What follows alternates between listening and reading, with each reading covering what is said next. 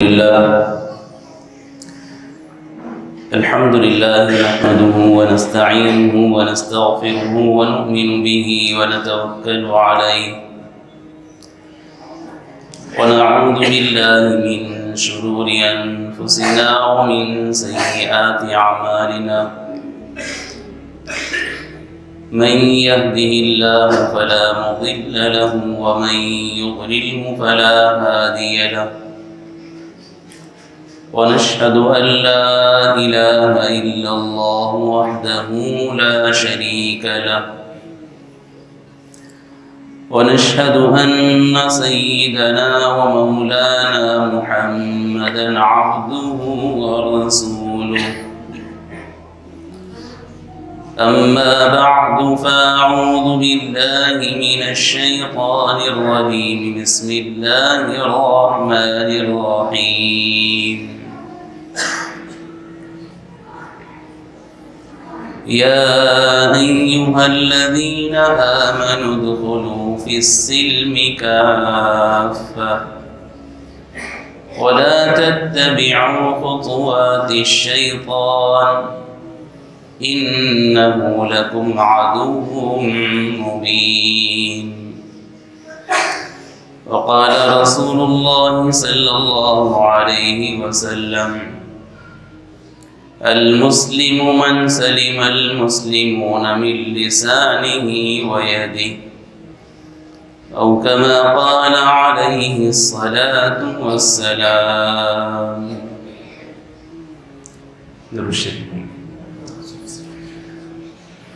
اللهم صل على سيدنا محمد وعلى آل سيدنا محمد وبارك وسلم.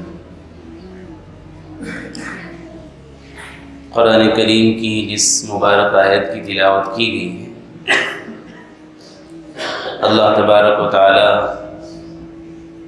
مومنین سے اس میں مخاطب ہو کر ارشاد فرماتا ہے، یا ایھا الذین آمنوا ادخلوا فی السلم کافۃ،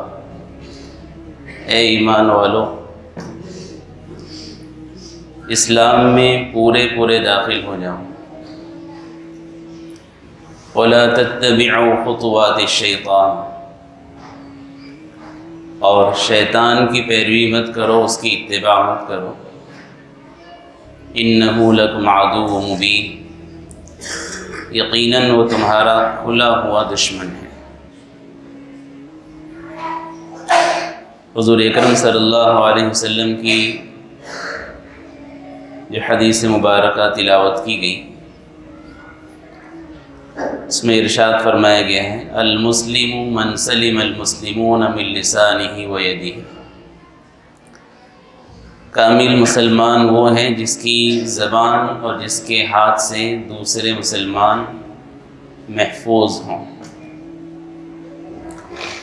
والمؤمن من امن الناس على دمائهم و اموالهم، اور حقیقی مومن وہ ہے جس سے لوگوں کے مال و عزت آبرو اور خون محفوظ ہو، مامون ہو۔ اسلام 5 شعبوں پر منقسم ہے، اسلام کی جو بنیاد ہے۔ پہلی چیزیں ہوتی ہیں عقائد، دوسری ہیں عبادات، تیسری ہے معاملات، چوتھی ہے معاشرت، اور 5ویں ہے اخلاق۔ یہ 5 چیزوں پر اسلام کے سارے ارکان کو تقسیم کیا گیا ہے۔ فقہ کی کتابیں اور مسائل کی کتابیں آپ دیکھیں تو اس میں 4 حصوں میں سے ایک حصے میں عبادت کا، ایمانیات کا تذکرہ ہے، بقیہ 3 حصوں میں معاملات اور معاشرت کا تذکرہ ہے، جو بہت زیادہ ہے۔ ہم لوگ یہ سمجھتے ہیں کہ چند عبادات ہم نے کر لی، اس کے بعد زندگی کے دیگر شعبوں میں اور روزمرہ پیش آنے والے معاملات میں ہم لوگ آزاد ہیں اور مختار ہیں، یہ غلط ہے۔ اسلام نے معاشرت کا حق مکمل سکھایا ہے، اور اس کا ایک بنیادی مقصد یہ ہے کہ دیگر لوگوں کو اس کے ذریعے سے کسی بھی قسم کی تکلیف نہ پہنچے۔ حدیث میں ارشاد فرمایا نبی کریم صلی اللہ علیہ وسلم نے، من اکل طیبا، جس نے حلال اور پاکیزہ مال کھایا، وعمل فی سنت، نبی کریم صلی اللہ علیہ وسلم کے طریقے کے مطابق زندگی گزاری، وَأَمِنَ النَّاسُ بَوَائِقَهُ، اور لوگ اس کے شر سے اور اس کی تکلیفوں سے محفوظ رہیں، دخل الجنہ، ایسا شخص جنت میں داخل ہوگا۔ حضور اکرم صلی اللہ علیہ وسلم نے بندہ دوسروں کو تکلیف نہ پہنچائے، اس لیے معاشرت کے پورے حق ہم کو سکھائے ہیں۔ عبادت میں بھی عبادت کرنے کا طریقہ سکھایا کہ عبادت کرنے میں بھی کوئی ایسا طریقہ اختیار نہ کی جائے جس سے لوگوں کو تکلیف پہنچے۔ نماز کے متعلق فرمایا گیا ہے کہ جب نماز کے لیے کوئی بندہ جائے تو دوڑتے ہوئے تیز رفتار نہ جائے، اطمینان سے وقار کے ساتھ عبادت کے لیے مسجد میں جائے۔ جمعہ کے متعلق حضور اکرم صلی اللہ علیہ وسلم نے ارشاد فرمایا ہے کہ تم میں سے جو شخص بھی جمعہ کا ارادہ کرے اسے چاہیے کہ وہ غسل کر لیا کرے۔ عطر لگانا، خوشبو لگانا حضور صلی اللہ علیہ وسلم کی محبوب ترین چیزوں میں سے، تاکہ مجمع میں جانے کے بعد انسان کے جسم سے آنے والی بدبو سے لوگوں کو تکلیف نہ پہنچے۔ تو جمعہ کی نماز کے لیے جا رہے ہیں، مجمع میں جا رہے ہیں، عبادت کرنے کے لیے جا رہے ہیں، لیکن عبادت سے بھی تکلیف نہ پہنچے۔ فرمایا عمدہ کپڑے پہن کر جائیں، غسل کر کے جائیں، خوشبو لگا کر جائیں، اطمینان اور وقار سے جائیں۔ مسجد میں جانے کے بعد ایسی جگہ پر تم میں سے کوئی شخص نماز نہ پڑھے جو لوگوں کی تکلیف کا ذریعہ ہو یا لوگوں کے راستہ روکنے کا ذریعہ ہو۔ فقہ کا اس لیے مسئلہ بتلایا گیا ہے کہ اگر کوئی شخص مسجد سے نکلنے کے راستے پر کھڑا ہو گیا اور کوئی مصلی اس کے آگے سے گزر گیا تو اس کا گناہ نکلنے والے پر نہیں بلکہ نماز پڑھنے والے پر ہو، حالانکہ وہ نماز پڑھ رہا ہے، لیکن ایسی جگہ کھڑا ہو گیا ہے جہاں سے لوگوں کو تکلیف پہنچ سکتی ہے، تو اس کے متعلق بھی حضور صلی اللہ علیہ وسلم نے منع فرمایا۔ حضرت عائشہ صدیقہ رضی اللہ عنہا کا جو حجرہ مبارکہ تھا اس کے بالکل متصل سامنے کے حصے میں، آج تو آپ مسجد نبوی دیکھیں تو حجرہ مبارکہ مسجد نبوی کے بالکل عین درمیان میں واقع ہے۔ حضرت عائشہ صدیقہ رضی اللہ عنہا کے حجرے کے بالکل سامنے ایک واعظ تھے جو بہت زور زور سے بلند آواز سے وعظ کیا کرتے تھے۔ تو حضرت عائشہ صدیقہ رضی اللہ عنہا نے امیر المؤمنین حضرت عمر رضی اللہ عنہ کو ان کے متعلق شکایت کروائی کہ ان کے زور زور سے وعظ کرنے کی وجہ سے مجھے اتنی تکلیف ہوتی ہے کہ گھر میں سکون سے میں عبادت بھی نہیں کر پاتی۔ تو حضرت عمر رضی اللہ عنہ نے وہ واعظ کو تنبیہ کی اور روک دیا۔ کچھ دنوں کے بعد پھر خبر ملی کہ وہ واعظ پھر زور سے اور بلند آواز سے خطبہ دے رہے ہیں، بیان کرتے ہیں، وعظ کرتے ہیں۔ تو پھر دوسری مرتبہ حضرت عمر رضی اللہ عنہ نے سمجھایا نہیں بلکہ تعزیر دی، ان کو سزا دی۔ عبادات کے متعلق بھی جو حضور اکرم صلی اللہ علیہ وسلم نے رہنمائی فرمائی ہے کہ کسی کو بھی تکلیف نہ پہنچے۔ اب اگر یہ تکلیفوں کے جو سلسلے اور جو راستے اور طریقے ہیں، تو حدیث میں تو حضور صلی اللہ علیہ وسلم کے جو الفاظ نقل کیے جاتے ہیں وہ جامع الفاظ ہوتے ہیں، مختصر ہوتے ہیں، لیکن اس میں بہت ساری چیزیں شامل ہوتی ہیں۔ اس حدیث میں جو حضور صلی اللہ علیہ وسلم نے ارشاد فرمایا کہ مسلمان وہ ہے جس کی زبان اور جس کے ہاتھ سے دوسرے لوگ مأمون اور محفوظ ہیں۔ عمومی طور سے چونکہ دو چیزیں لوگوں کی تکلیف کا ذریعہ بنتی ہیں، لیکن صرف یہی معاملہ نہیں ہے کہ یہ زبان سے اور ہاتھ سے کوئی تکلیف پہنچاتا ہو تو وہی گناہ گار، دیگر کوئی طریقوں سے تکلیف پہنچاتا ہو تو وہ گناہ گار نہیں، بلکہ تکلیف کے جتنے راستے تصور میں آ سکتے ہیں وہ سارے راستے اور وہ سارے طریقے اسی طرح سے حرام ہوں گے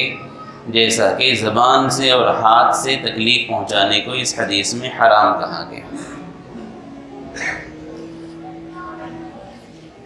مسجدوں سے اگر ہم لوگ ابتدا کریں تو عبادت میں بھی ہم لوگ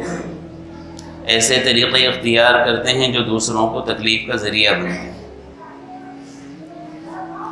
حضور اکرم صلی اللہ علیہ وسلم ایک مرتبہ مسجد نبوی میں تہجد کے وقت تشریف لائے تھے۔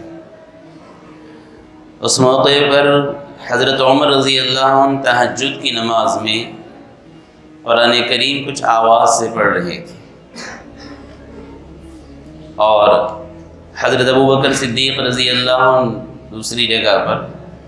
بالکل پست آواز سے قرآن پڑھ رہے تھے۔ تو حضور صلی اللہ علیہ وسلم نے حضرت عمر رضی اللہ عنہ سے پوچھا کہ تم اتنی زور سے کیوں پڑھ رہے تھے؟ حضرت عمر رضی اللہ عنہ نے فرمایا کہ میں شیطان کو بھگا رہا تھا، لوگوں کو جگا رہا تھا۔ ابوبکر صدیق رضی اللہ عنہ سے کہا کہ تم اتنی آہستہ آواز سے قرآن پڑھ رہے تھے؟ تو انہوں نے فرمایا کہ اللہ کے رسول صلی اللہ علیہ وسلم میں جس کو سنانا چاہ رہا تھا وہ تو دلوں کے بھید کو بھی جانتا ہے۔ آپ نے ابوبکر صدیق رضی اللہ عنہ سے کہا کہ تم قرآن کریم کی کچھ آواز بلند کرو، اور حضرت عمر رضی اللہ عنہ سے فرمایا کہ تم اپنی آواز پست کر لو۔ حضرت عائشہ صدیقہ رضی اللہ عنہا ارشاد فرماتی ہیں کہ حضور اکرم صلی اللہ علیہ وسلم تہجد کی نماز کے لیے جب بیدار ہوتے اور اٹھتے تو آپ اپنی ضروریات کے کام اور تقاضے اتنے آہستہ سے پورے کرتے تھے کہ ہم میں سے کسی کی آنکھ نہ کھل جائے۔ اپنی ذاتی نفلی عبادات کے لیے کسی کو تکلیف پہنچانا جائز نہیں۔ حضور صلی اللہ علیہ وسلم یہاں تہجد کے لیے بیدار ہو رہے ہیں، اور تہجد ایک نفل عبادت ہے، اختیاری عبادت ہے۔ یہاں حضور صلی اللہ علیہ وسلم اپنے عمل سے درس دے رہے ہیں کہ اس وقت امتی اگر کوئی عبادت کرنے کے لیے بیدار ہو تو اس میں گھر کے دیگر افراد کا خیال رکھیں۔ فرض عبادات ہے، اس میں بیدار کرنا اور اٹھانا ایک الگ معاملہ ہے، لیکن نفل عبادت کرنے کے لیے بھی کسی کو گھر میں تکلیف نہ پہنچے۔ فرض نماز کے لیے اگر صبح بیدار ہو رہے ہیں، اس وقت گھر کے ایسے افراد جن پر نماز فرض ہے، یا گھر کی وہ مستورات جو ناپاکی کی حالت میں نہیں ہیں، ان کو تو بیدار کرنا ہماری ذمہ داری ہے۔ لیکن فجر کے وقت ہی اٹھ کر گھر میں سب لائٹ جلا دیں اور شور مچانا شروع کر دیں اور زور زور سے اپنی ضروریات پوری کرنے لگ جائیں، تو گھر میں چھوٹے بچے بھی ہوتے ہیں، معذور بھی ہوتے ہیں، وہ مستورات بھی ہوتی ہیں جن پر نماز فرض نہیں ہے ناپاکی کی حالت میں۔ تو عبادت ہم لوگ کرتے ہیں تو یہ سمجھتے ہیں کہ بہت بڑا لوگوں پر احسان کر رہے ہیں، پھر اس کے لیے جو چاہیں کرتے رہیں، چاہے مسجد میں ہو چاہے گھروں پر۔ مسجدوں میں بھی بہت ساری مساجد کی یہ شکایت ہوتی ہے۔ حضرت مولانا تقی عثمانی صاحب فرمانے لگے کہ میرا ایک علاقے میں گزر ہوا تھا تو اس علاقے میں مسجد کے بالکل قریب میں تھا۔ جمعہ کا دن تھا، جمعہ کی فجر کی نماز کے بعد سے مسجد کا جو مائک شروع کیا گیا، اس میں بچے حمد پڑھ رہے ہیں، نعت پڑھ رہے ہیں، اور اس کے بعد میں مستقل ایک پروگرام کا سلسلہ جمعہ کی نماز تک، اور جمعہ کے بعد پھر واعظ جو بیٹھے ہیں تو وہ واعظ کرنا انہوں نے شروع کیا تھا 1-1.5 گھنٹہ 2 گھنٹہ، صبح سے لے کر جمعہ تک مجھے اتنا وقت بھی نہیں ملا کہ میں اطمینان سے انفرادی عبادت کچھ کر پاؤں یا نماز پڑھ پاؤں۔ ہمارے یہاں پر بھی یہی حال ہے۔ بعض مسجدوں میں جو مکاتب ہیں تو مکتب میں باہر کے مائک پر اتنی زور سے پوری تعلیمات، کچھ دعائیں، کچھ چیزیں ہوتی ہیں کہ آس پاس اگر گھروں میں کوئی مستورات نفلی عبادت کرنا چاہے تو کر نہیں پائے گا۔ چندے کرنے والے آتے ہیں تو 1-1 گھنٹہ 2-2 گھنٹہ راستے سے جو گزرتے ہیں، نعتیں بجائی جا رہی ہیں، کچھ علماء کے بیانات چلائے جا رہے ہیں، بالکل فل آواز ہے۔ مسند احمد میں حضرت عائشہ صدیقہ رضی اللہ عنہا کی روایت امام احمد رحمۃ اللہ علیہ نے نقل کی ہے کہ انہوں نے ایک واعظ کو کچھ نصیحتیں کی تھیں تو اس میں فرمایا تھا کہ اپنی آواز کو اتنی حد میں محدود رکھنا جتنی مجلس میں لوگ بیٹھے ہیں، اپنی آواز کو اتنی حد میں محدود رکھنا جتنے میں لوگ بیٹھے ہوں، اور ان کو بھی اتنے وقت تک سنانا جتنے وقت وہ تمہاری طرف متوجہ ہوں، اور جب انہوں نے تم سے توجہ ہٹا لی تو اپنے وعظ کا سلسلہ روک دینا، زبردستی ان پر وعظ ایسا مت کرنا کہ ان کے اوپر بوجھ ہو جائے، کیونکہ ایسی حالت میں جب کہ آدمی کے اوپر بوجھ ہو یا نیند کا غلبہ ہو رہا ہو یا کوئی تکلیف ہو تو ایسی حالت میں نماز کے متعلق بھی ارشاد فرمایا گیا، تم میں سے کسی شخص کو اگر بھوک لگی ہو، تم میں سے اگر کسی شخص کو نیند کا غلبہ ہو تو وہ جائے پہلے نیند کا ہلکا سا ایک اثر کو دور کر لے، کچھ جھونکا دور کر لے اور پھر نماز پڑھے۔ مسجدوں میں بھی چاہے تبلیغی جماعت والے ہوں، چاہے مسجدوں میں جو مکتب کے نظام ہوں یا کوئی اور سلسلے ہوں، اس میں مصلیان کا بہت خیال رکھنا چاہیے۔ آج کل اصلاحی بات کرنے پر بھی لوگ یہ سمجھتے ہیں کہ یہ مخالف ہے۔ کسی کو بھی اگر کوئی حدیث کی بات، اصلاحی بات، اکابرین کی کوئی بات بتائی جائے تو فوراً یہ سمجھا جاتا ہے کہ یہ فلاں شعبے سے متعلق ہے، یہ فلاں شعبے سے متعلق ہے، یہ فلاں کا مخالف، یہ فلاں کا مخالف۔ یہ غلط تصور ہے۔ چاہے ہم عبادت کر رہے ہوں، چاہے کچھ بھی کر رہے ہوں، چاہے خانقاہی سلسلے والے ہوں، مدرسے والے ہوں، عبادات میں بھی ہمیں ایسے کوئی کام نہیں کرنا چاہیے جو دوسروں کی تکلیف کا ذریعہ ہو۔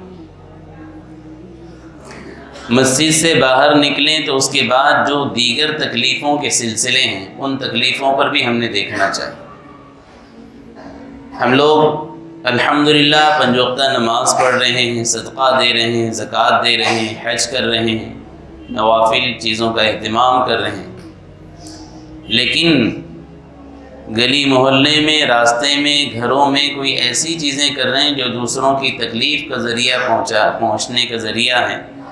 تو ہمارا شمار کبیرہ گناہ کے اندر ہونے کی وجہ سے فاسقین میں ہوگا۔ ظاہراً داڑھی ٹوپی والے ہیں، 5 وقت کی نماز پڑھ رہے ہیں، لیکن باہر کوئی ایسا عمل کر رہے ہیں جس کی وجہ سے لوگوں کو تکلیف پہنچ رہی ہے،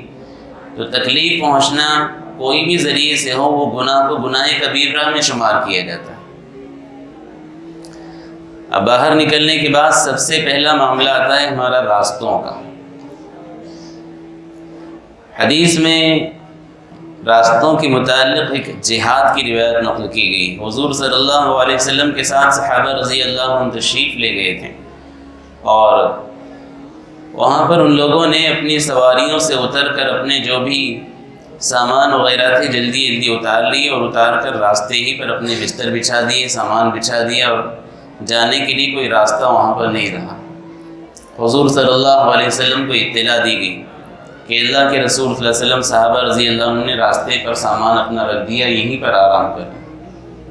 اس موقع پر حضور صلی اللہ علیہ وسلم نے ایک صحابی کو بھیجا کہ جاؤ اور ان لوگوں کے درمیان یہ اعلان کر دو کہ تم میں سے جس شخص نے بھی راستہ تنگ کیا ہے اور لوگوں کو تکلیف کا ذریعہ بنا ہے، اس سے کہہ دو اس کو جہاد کا کچھ ثواب نہیں ملے گا۔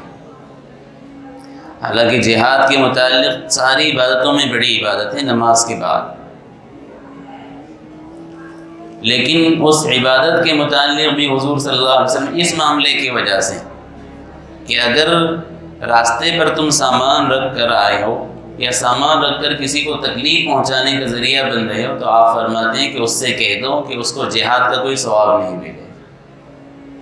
تو کام تو بہت بڑا کر کے آئے اور تم کو پتہ ہی نہیں کہ راستے پر تکلیف دہ چیز رکھی ہے، اس کو ہٹانا،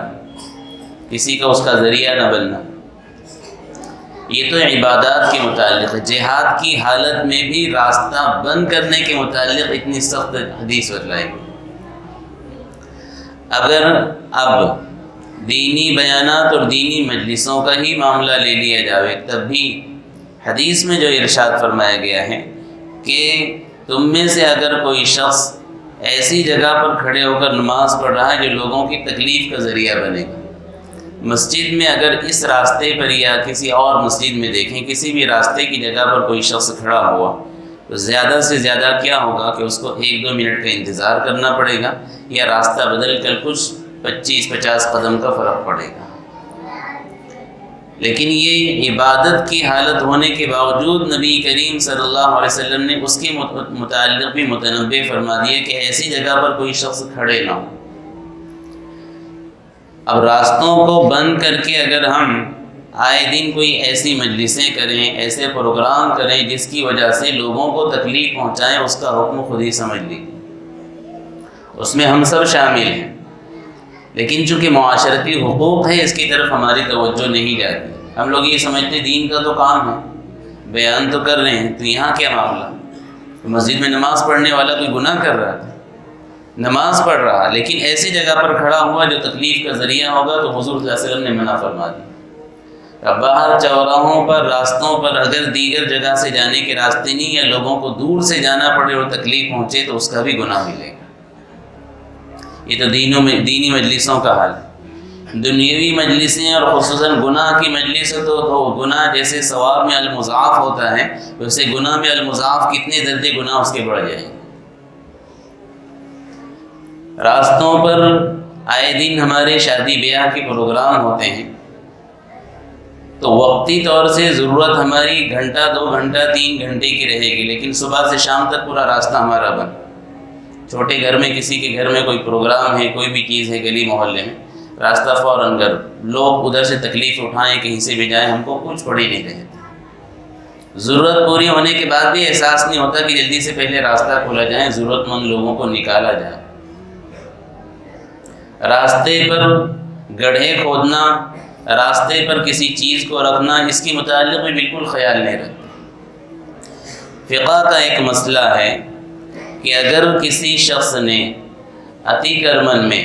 یعنی جو قوم کی جگہ ہے یا قومی راستے کی جگہ ہے، اس جگہ پر اگر کسی شخص نے دکان لگایا ہے کسی چیز کے بیچنے کی،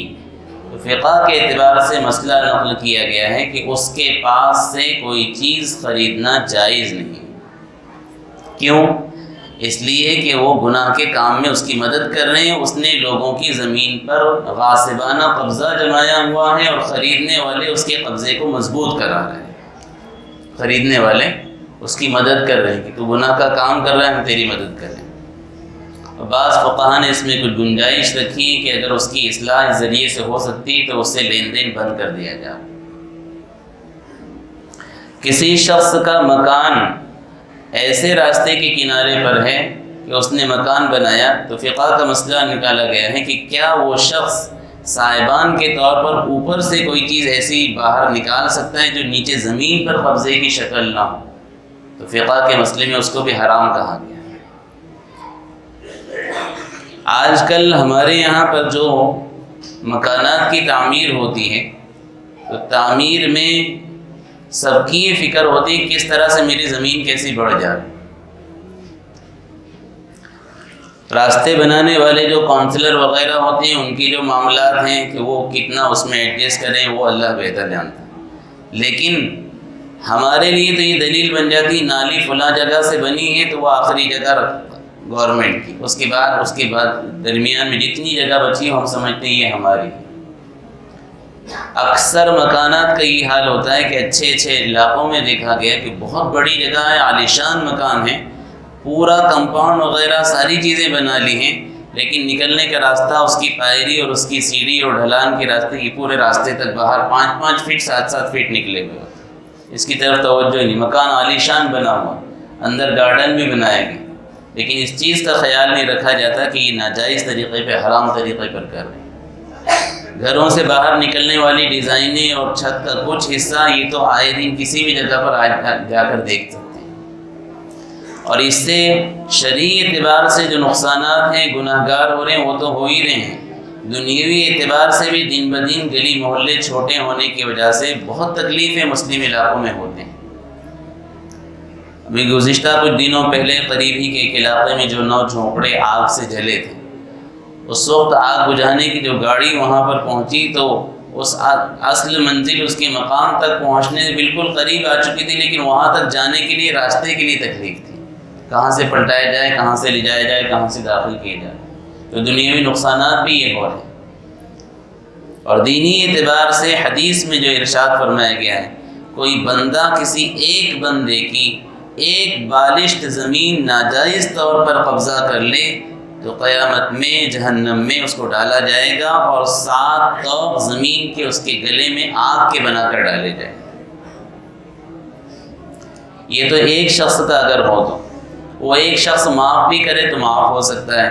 لیکن جو اجتماعی طور سے جو چیزیں قوم کی ہوتی ہیں، اوپن اسپیس ہوتے ہیں یا راستے ہوتے ہیں، ان چیزوں پر اپنے مکانات کو آگے بڑھانا، اپنی دکانوں کو رکھنا یا دیگر طریقے سے لوگوں کو تکلیف پہنچانا، وہ تو عوام میں سے کس سے آپ معافی مانگنا چاہیں گے اور معاف کروا سکتے ہیں۔ یہ بہت سخت گناہ ہے۔ گاڑیاں کھڑے کرنے میں جو شخص جان بوجھ کر ایسی جگہ پر لا کر کھڑا کر دے، بڑی بڑی ٹرک ہوتی ہیں، سومو جیسی بڑی بڑی گاڑیاں ہوتی ہیں، کار ہوتی ہیں، ان گاڑیوں کو ہم لوگ خرید لیتے ہیں، لیکن ذرہ برابر یہ خیال نہیں کرتے ہیں کہ جس جگہ پر کھڑا کریں گے راستہ تنگ ہو جائے گا، لوگوں کو آنے جانے میں تکلیف ہوگی، کچھ خیال نہیں کرتے۔ گاڑی کھڑی ہیں 10-10 دن 15-15 دن ہمارے علاقوں میں گاڑیاں کھڑی رہیں گی، کسی کو توفیق بھی نہیں ہوگی، اور کوئی بولنے کے لیے اٹھے تو ہمارا یہ حال ہے کہ ظاہراً دیکھتے ہیں دیندار، لیکن کوئی ایسا معاملہ آ جائے تو جہالت میں اتنے آگے بڑھتے ہیں کہ وہ ابو جہل کو بھی پیچھے چھوڑ دیں، ظاہر کرنا چاہتے ہیں باقاعدہ کہ ہم کسی سے کم ہیں، ہمارا خاندان، ہماری فیملی، ہمارا برادری، ہمارا گروپ۔ یہ ساری چیزیں دیکھ کر عام طبقہ اگر کسی کو دیکھتا بھی کہ تکلیف کا کوئی سلسلہ فلاں شخص سے ہو رہا ہے، فلاں شخص نے غلط چیز ہمارے محلے میں شروع کر دی، لیکن بولے گا کون؟ جو بولے گا اسی سے براس ہوگی۔ اتحاد اور اتفاق بھی ہمارے یہاں پر نہیں ہوتے۔ غیر مسلموں کے علاقے میں باقاعدہ کمیٹیاں ہوتی ہیں، اور کوئی شخص اس طرح سے کوئی عتی کرمن اوپن اسپیس پر قبضہ یا کوئی ایسی چیز کر رہا ہے جس سے لوگوں کو تکلیف ہوگی، سب اتحاد کے ساتھ اس پر کام کرتے ہیں، اور ان کے محلوں میں آپ جا کر دیکھیے تو راستے بھی ماشاءاللہ بڑے بڑے کشادہ ہوتے ہیں، ان کے کھیلنے کے گراؤنڈ باقی ہوتے ہیں، اور ہر طرح سے وہ سہولت حاصل کرتے ہیں۔ ہمارے یہاں افسوس یہ ہوتا ہے کہ مذہبی اعتبار سے بھی ہم کو تعلیم دی گئی، اس کی قانونی اعتبار سے جو چیزیں حق ہیں اور قوانین ہیں وہ تو 2 نمبر پر۔ ایک مسلمان ہونے کی حیثیت سے ہم سب سے پہلے غلام ہیں محمد رسول اللہ صلی اللہ علیہ وسلم کے، اور ہم یہ یقین رکھتے ہیں کہ حضور صلی اللہ علیہ وسلم کے احکامات دنیا میں بھی اور آخرت میں ہمارے لیے خیر کا ذریعہ ہے، اور باقاعدہ تعلیمات دی گئی کہ آپ کہا کیجیے ربنا آتنا فی الدنیا حسنہ، اے اللہ دنیا میں بھی ہم کو حسنہ، بھلائی، نیکی، اچھائی عطا فرما، آخرت میں بھی اچھائی عطا فرما۔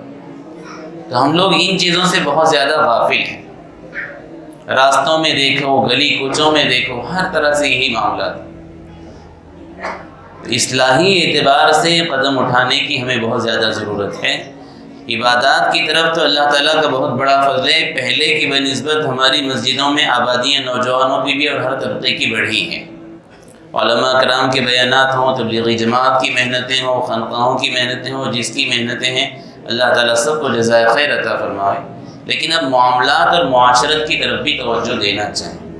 حضرت تھانوی رحمۃ اللہ علیہ فرمایا کرتے تھے کہ انسان بنو انسان، میں یہ نہیں کہتا کہ اشرف علی کامل انسان ہے، لیکن الحمدللہ میں یہ دعوے سے کہتا ہوں کہ اشرف علی نے اپنی آنکھوں سے انسانوں کو دیکھا، انسانوں کو دیکھا ہے، ایسے مراد یہ نہیں کہ صرف جانور ہی ہیں، لیکن اکابرین کی جو زندگی اتنی محتاط ہوتی کہ کسی کو تکلیف ہی نہ ہو، عبادات میں ہوں یا ذاتی زندگی میں ہوں، اتنے محتاط رہ کر کیا کرتے تھے۔ تو ہمیں یہ سارے شعبوں کے اوپر نظر رکھنا چاہیے کہ میں جس جگہ پر رہتا ہوں وہاں کہیں ایسا کوئی کام تو نہیں ہو رہا ہے کہ پڑوسی کو تکلیف پہنچا رہے۔ حدیث میں جو نبی کریم صلی اللہ علیہ وسلم نے ارشاد فرمایا کہ جس شخص کے پڑوسی اس کی تکلیف سے مامون اور محفوظ نہ ہو، وہ شخص کا مجھ سے کوئی تعلق نہیں۔ ہم اپنے آپ کو سمجھ رہے ہیں عاشق رسول ہیں، ہم سمجھ رہے ہیں بہت بڑا دیندار ہوں، الحمدللہ فلاں فلاں عبادت کر رہا ہوں، لیکن پڑوسی کو تکلیف دے رہے ہیں، اور حضور صلی اللہ علیہ وسلم اس کے متعلق ارشاد فرما رہے ہیں کہ اس کا ہمارے سے کوئی تعلق ہی نہیں۔